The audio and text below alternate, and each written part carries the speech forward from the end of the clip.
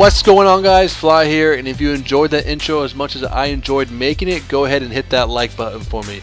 But today we are reviewing the F-86 Sabre. Let's go ahead and get into it.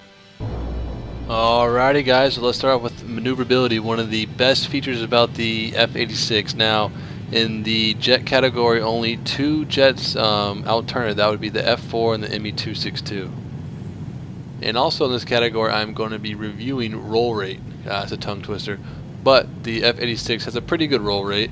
It's pretty normal between planes and War Thunder. The faster you go, the slower the roll rate is, but around 600 kilometers an hour is a decent roll rate where you can easily change directions in order to get on opponents' tails. With the turn time and the roll rate taken into account, I'm going to go ahead and give this plane a solid 8.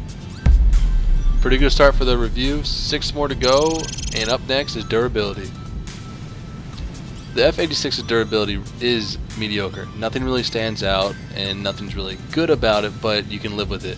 Compared to the other jets in its tier area, such as 18 through 19, it falls short compared to those tiers, such as, for an example, the MiG-15.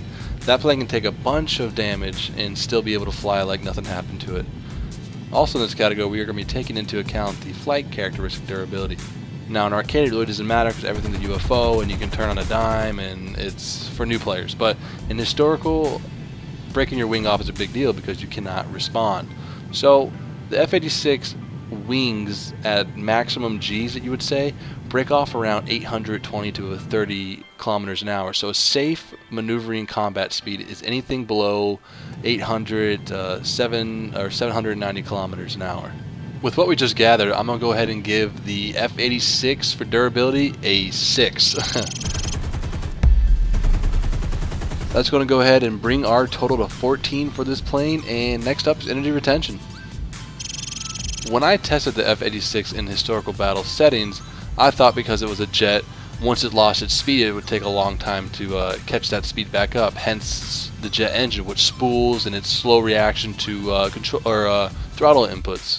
But I was surprised. An example of this was that I came into a turn around 700 kilometers an hour, lost about 100 kilometers an hour, which really isn't that bad going that fast.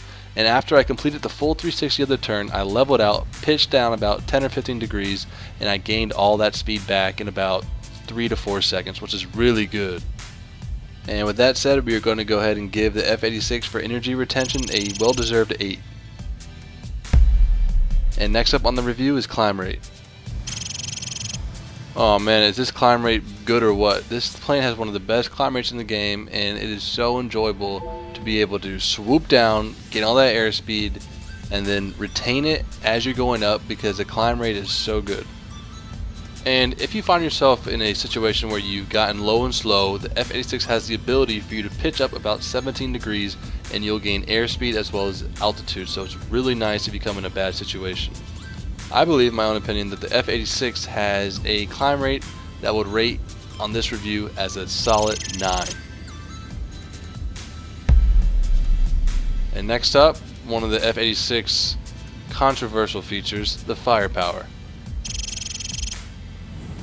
Firepower has always been a really big issue for the F-86. Having 6 50 cals compared to other jets having 20 millimeters or 37 millimeters or even 23 millimeters. The 50 cal machine gun requires a lot more work, patience, and technique to get your kill.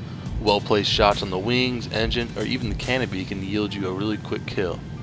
I was going to give the Sabre 5 points for firepower, but since the recent 1.29 patch, we have achieved a higher fire rate with the M3 Browning machine guns. So, a mediocre 6 will do. Next up is top speed. Yes, it's a jet, we know, it's fast, but this is actually is almost the fastest plane in the game. The MiG-15 only beats it by 26 kilometers an hour, which is not that fast, but it's just still not enough for me to rank this at 9, so I'm going to keep it at 10. Up next, last but not least, is X Factor. I chose this category because there's some things that other planes do and don't have, and this makes it unique and special and effective. The X Factor for the Sabre is going to be its ammo capacity and its speed brakes. In historical, the amount of ammo you have is very critical because in a MiG-15 you have huge cannons that if you hit, you win, but if you miss, you lose. so you have to go back to base and to rearm and everything. But with the Sabre, you have tons of ammo, and you can vulture over the enemy's base and wait for them to take off, and they're slow, you're fast, you can B and Z them until they're critical and you get the kill.